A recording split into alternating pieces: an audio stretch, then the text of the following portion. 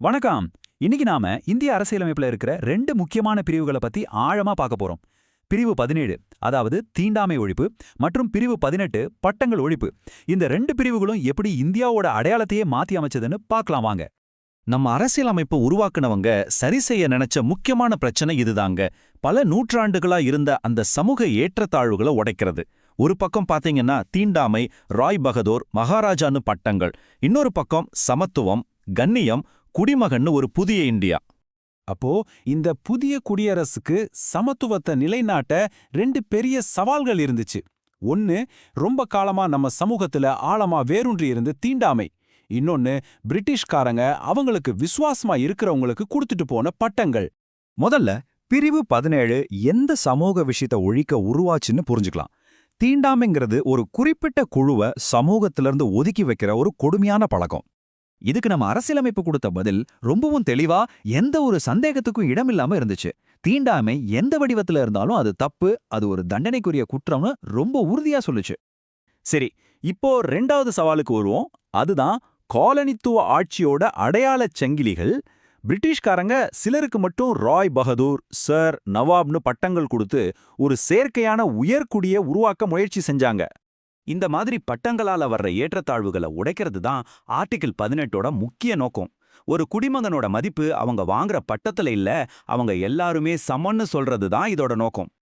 அப்போ ஆர்டிகல் 18 இதை எப்படி சாத்தியமாக்குச்சு? வாங்க அதோட ஒவ்வொரு உட்பிரிவையும் கொஞ்சம் விரிவாக பார்க்கலாம். இந்த ஆர்டிகிள் 18ல 4 முக்கியமான விதிகள் இருக்கு. முதல்ல, அரசாங்கம், ராணுவம் அல்லது கல்வி சம்பந்தப்பட்ட பட்டங்களை தவிர வேற எந்த பட்டத்தையும் கொடுக்கக்கூடாது. ரெண்டாவது, இந்திய குடிமக்கள் யாரும் வெளிநாட்டில இருந்து எந்த பட்டத்தையும் வாங்கக்கூடாது. மூணாவது, நாலாவது என்னன்னா, இந்தியாவில் வேலை செய்யறவங்க வெளிநாட்டில இருந்து பட்டமோ பரிசோ வாங்கணும்னா அதுக்கு குடியரசுத் தலைவரோட அனுமதி கண்டிப்பா வேணும். இங்க தான் ஒரு சுவாரஸ்யமான கேள்வி வருது. பட்டங்கள் எல்லாம் தடை செஞ்சாச்சு, சரி. அப்போ 1954ல கொண்டு வந்த பாரத ரத்னா மாதிரி தேசிய விருதுகளோட நிலைமை என்ன? இந்த கேள்விதான் நேரா உச்ச நீதிமன்றத்துக்கே போச்சு. பாரத ரத்னா, பத்ம விபூஷன் மாதிரியான விருதுகள் எல்லாம் ஆர்டிகிள் 18 தடை செஞ்ச பட்டங்கள் கீழே வருமா வராதான்னு ஒரு பெரிய விவாதமே நடந்தது.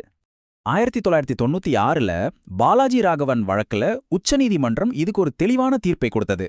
இந்த தேசிய விருதுகள் எல்லாம் ஆர்டிகிள் 18 சொல்ற பட்டங்கள் கிடையாது, அதனால இது சட்டப்படி சரின்னு சொன்னாங்க. ஆக இங்க நம்ம புரிஞ்சுக்க வேண்டிய முக்கியமான விஷயம் என்னன்னா, நீதிமன்றம் பட்டங்களுக்கும் விருதுகளுக்கும் ஒரு வித்தியாசத்தை தெளிவா சொல்லுச்சு. பட்டங்கள்ங்கிறது பரம்பரையா வர்றது, ஒரு அந்தஸ்தை உருவாக்குறது. ஆனா விருதுகள்ங்கிறது ஒருத்தரோட திறமைய, சேவை மனப்பான்மைய அங்கீகரிக்கிறது. ஆனா ஒரு நிபந்தனை, இந்த விருதுகளை பேருக்கு முன்னாடியோ பின்னாடியோ பட்டமா பயன்படுத்தக்கூடாது. சரி, ஆர்டிகிள் 18ல இருந்த இந்த சிக்கலை பார்த்தோம். இப்போ மறுபடியும் ஆர்டிகிள் 17க்கு வருவோம். காலப்போக்குல தீண்டாமைங்கிற வார்த்தையோட அர்த்தம் எப்படி விவாதிக்கப்படுதுன்னு பார்க்கலாம். நம்ம அரசியல் அமைப்பை எழுதினவங்க தீண்டாமைய ஒழிச்சாங்களே தவிர, தீண்டாமைன்னா இதுதான் அப்படின்னு ஒரு தெளிவான வரையறைய கொடுக்கல. இந்த விஷயம்தான் இன்னைக்கு ரொம்ப முக்கியமான ஒரு விவாத பொருளா மாறியிருக்கு. இதனால ஒரு ஆழமான கேள்வி எழும்புது. தீண்டாமைங்கிற வார்த்தை சரித்திர ரீதியா தலித்துகளுக்கு எதிராக நடந்த பாகுபாட்டை மட்டும்தான் குறிக்குதா, இல்ல அதுக்கு இன்னும் பரந்த அர்த்தம் இருக்கா? இப்போ நடக்கிற சட்ட மற்றும் சமூக விவாதமே இதுதான்.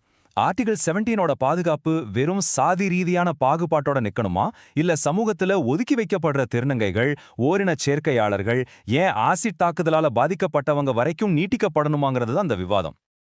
அப்போ இந்த ரெண்டு சக்தி வாய்ந்த அரசியலமைப்பு சட்டப்பிரிவுகள்ல இருந்து நாம எடுத்துக்க வேண்டிய முக்கியமான பாடம் என்ன?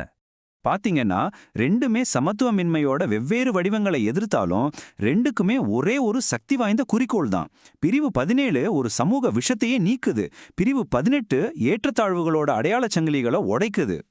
சுருக்கமா சொல்லணும்னா, ஒரு மனுஷனோட மதிப்பு பிறப்பாலேயோ பட்டத்தாலேயோ வரக்கூடாது, அவனோட தகுதியாலையும் மனிதாபிமானத்தாலையும் வரணும் அப்படிங்கிற ஒரு சமூகத்தை உருவாக்குறதுக்கான அடித்தளம் தான் இந்த ரெண்டு பிரிவுகளும். இது நம்மள ஒரு இறுதி சிந்தனைக்கு கூட்டிட்டு போகுது. சமத்துவத்துக்கான இந்த தேடல் ஒரு நாள்ல முடிஞ்சு போன விஷயம் இல்ல, அது ஒரு தொடர் பயணம். நம்ம சமூகம் மாறிட்டே இருக்கும்போது சமத்துவம்ங்கிற வார்த்தையோட அர்த்தத்தையும் நம்ம விரிவுபடுத்திட்டே இருக்கணும். அப்போதான் பழைய காலத்துல இருந்த ஒதுக்குதல்கள்ல இருந்து புது சமுதாயங்களையும் நம்மால பாதுகாக்க முடியும். நீங்க என்ன நினைக்கிறீங்க?